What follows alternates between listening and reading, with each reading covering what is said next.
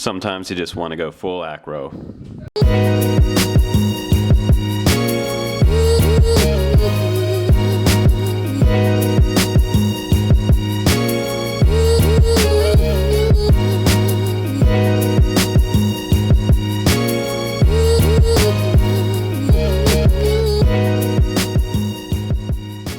Hey guys, welcome back to the channel. I'm Justin Davis, your host today. Please do click subscribe because we have new drones coming out each week and we get to do a nice show and tell and some flight tests of each new drone that's coming out, whether it's a racer drone or a toy drone or something cool like an aerial drone.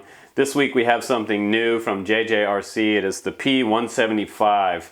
It's a mid-sized racer. There's quite a few different classes out there. If you don't know much about the different sizes, they generally start around the 270, 280 range, 250 as a general popular range. Getting more popular now is the 200 class and the 160, 170 size racers. They go all the way down to the micros. You've seen Tiny Whoop out there, super small ones that you can race indoors, inside the house, and do some FPVing with. But as a first quad, if you're looking for something that's compact and durable, that has some race spec quality stuff on here, this one is not bad. This one has 20 amp ESCs, it has 2205, 2600 kV motors on here, so quite a high kV. You're gonna get a ton of power out of this on 4S. You can run it 3 or 4S, which is really nice. It does come with Naze on here, the latest version of Naze 32 from Cleanflight. It is upgradable on here, and it was from June, I believe, the latest version that's on here. I checked it in the CLI inside Cleanflight. So check this one out in the link below. You can see all the specs, the pros and cons. This one is from our friends over at Gearbest, so please do buy one from them and check them out there. You can get the 175 or the 200. This is the 175. Let's go ahead now, let's go outside. Let's do some racing with this one and some ripping around in the field, and I'll show you how powerful it is on 4S. Coming up next.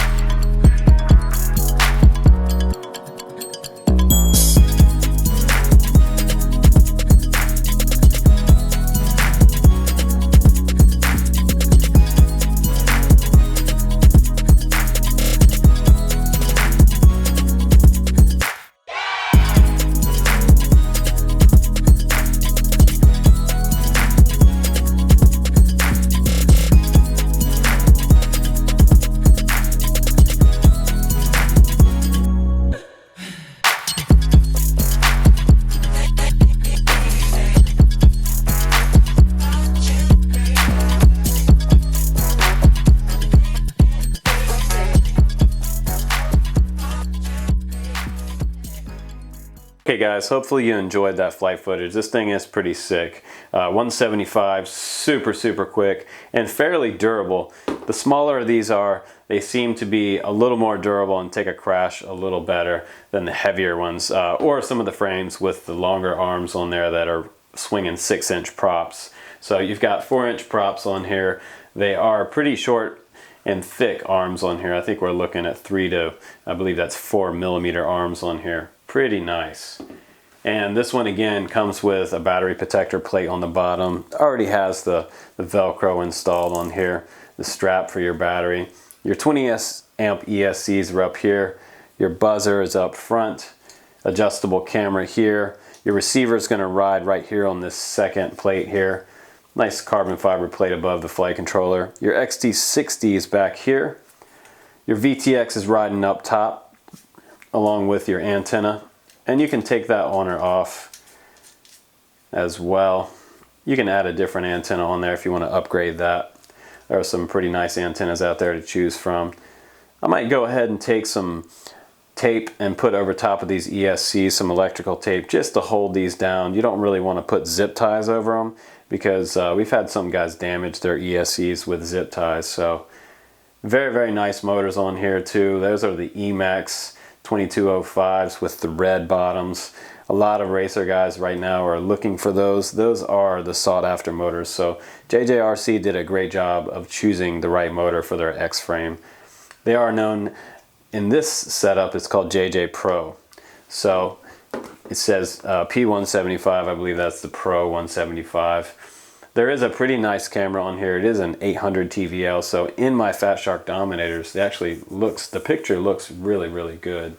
Brushless motors, of course, you wouldn't want to have anything other than brushless on a racer. Naze 32 on here is updated to the latest and greatest, and you can change your modes. Like I said before, for the 200, the same goes for the 175. Naze is set up in stabilized mode and horizontal mode. So if you want to fly this and do super flips and rolls without stabilization, if you want to fly it in rate mode and acro mode, you have to set that up in Cleanflight. But it is adjustable. You can add that on the switch in your transmitter. Make sure it's aux 1 or aux 2, I believe, on that setup. So we are over 250 grams on this one, so you want to go ahead and put a number on this one. And it does support a GoPro. So that's the cool thing. This one's super tiny, but they included a GoPro mount on here, which I'll show you right now. Go ahead and go through some of these accessories for you. It's your extra zip ties in there. It does include the bind plug on the ARF version. The ARF version does not include the transmitter, by the way. So I flew this one on my Taranis receiver, transmitter. And so here we go. We have some instructions in here. This is the exploded view of the GoPro mount. And you have some nice metal standoffs in here that match the rest of the frame. And I believe those are M2s in there. Not sure how it is, but maybe 5mm long on those. We'll set those over to the side. They also include battery straps, which is very nice. These are the thinner battery straps. Like I said before, don't try to hold down a battery with these. These are thinner and they will break, especially in 4S batteries. Pretty heavy when it comes off if it crashes. You have an extra strap in here. I believe this is an extra strap for the GoPro as well. It does say JJPRO on that. The battery included with it that I got that came in this box is a 3S, and you can run this on 3S. It is still very, very fast on 3S. And for the new guys, you're not going to notice a ton of difference except for your punch out. Like I said, these X frames, they really corner super tight. There's not a lot of lag time in cornering with these. Even on 3S, you're going to win some races. So this is a 1300, pretty nice. And I'm looking for the C rating on it, but it doesn't have it.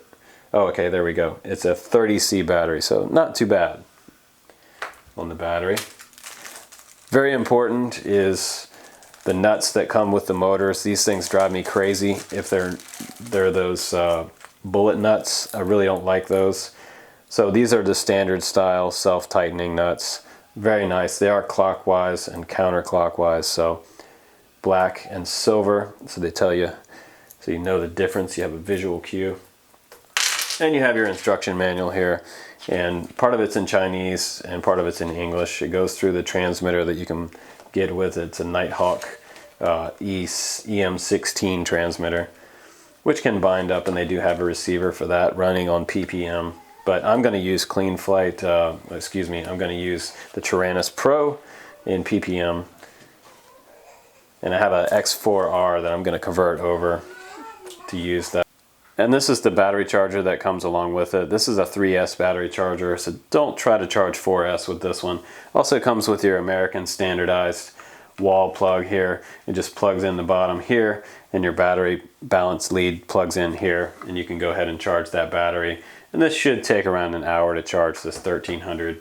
If you do have a standalone charger as well, you can use this XT60 and your balance lead here to go ahead and do a quick charge as well. Props, let's talk about the props that came with it. The props are 4-inch props. They are 4x4.5s. Decently durable.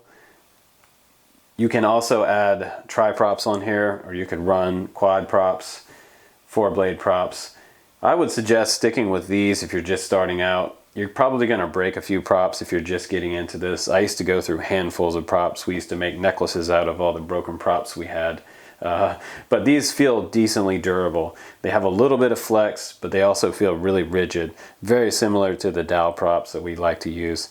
If you're looking for good props, be sure to run some dowel props on here. Very, very nice props. But you can also get these extra props as well if you like the way these spin, if you like the way these feel. These are the bullnose props. A lot of racer guys out there like to run these. It gives you a little more boost.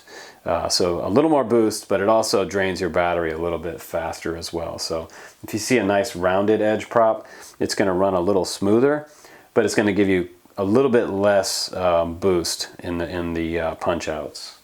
And you get 2 sets of props, by the way, in this ARF edition. So plenty of props to go through for your first few batteries. Now I wanted to show you these motors up close. It says they have some sort of cooling mechanism in there. I'm not 100% sure what that is. But these 2205s are really nice, and that 2600 kV on that motor is really high spec for quite a bit of thrust. You're going to get a nice punch out with these. So guys wanting to race out there, if you're doing races in a smaller course, this 175 is going to be a great size for smaller courses. The guys with 250s, if you're racing against somebody with a 250, they might get you in the straight stretch, but once you guys start hitting small turns and corners, this 175 is going to take those guys out for sure. Now, it does have on the very top of each motor, it has arrows. If you guys are new, just getting into this, you might be able to see this up close. I'll try to get the camera to focus on that directly. So there's tiny arrows on there that tell you which direction the motor spins. If you're going to put a prop on, make sure that you have the prop with the leading edge facing the correct direction. So this looks like it's a counterclockwise motor. So the prop's going to spin around this way. And you have plenty of clearance from the frame for this 4-inch prop, not bad at all. But the overall look of the frame, I really do like the way this looks. I think this is going to be a decently durable frame. It is a lot lighter weight than the 200, coming in quite a few grams less than the 200 size. So if you're looking for something that's going to be pretty decently fast and durable, this is definitely a good bet for that. Especially judging by the video that you saw earlier. This thing does rip. It does have some nice hardware on the bottom. And I do like the plastic motor surrounds here. That's going to save you if you come in contact with a tree branch. I have blown motors out when I hit trees and take a motor out. If you bend this bell around the motor, or it can become separated from the base, that's always a nasty crash. Now before I let you go, I want to show you this GoPro mount. This is pretty nice actually. It is adjustable. It has adjustable angles on here. In the very back, these 2 back screws, so you can have more of a tilt or less tilt depending on what your flying style's like. You can loosen this back nut, this back bolt right here, come up to the very top to have a more standard angle, or you can go all the way back and have a full tilt on here. You could put a little bit of blue Loctite on here, some thread locker in here, because you are screwing in these bolts, metal to metal connection there. And once you have this built, you can grab your 175 and you can set it right through the top slots. You'll see 4 slots on the top here. Go ahead and set it down through those slots. And once you get it down through the bottom, you see it come through the bottom, push it forward. Should hear it snap when it comes all the way down. Okay. And now we're going to pull it forward. And you're locked into place. So most likely you're not going to need to run a strap to hold this on top, but they do have a place where you can add a strap on the side here. So if you want to take one of these extra straps that you have, run this through the top of that and underneath. Make sure you're not pulling on any of your wires underneath, and go ahead and you'll have a solid connection on that. It'll also help with some frontal impact and hide your VTX connector a little bit better too as well, and this won't take the full force of the impact.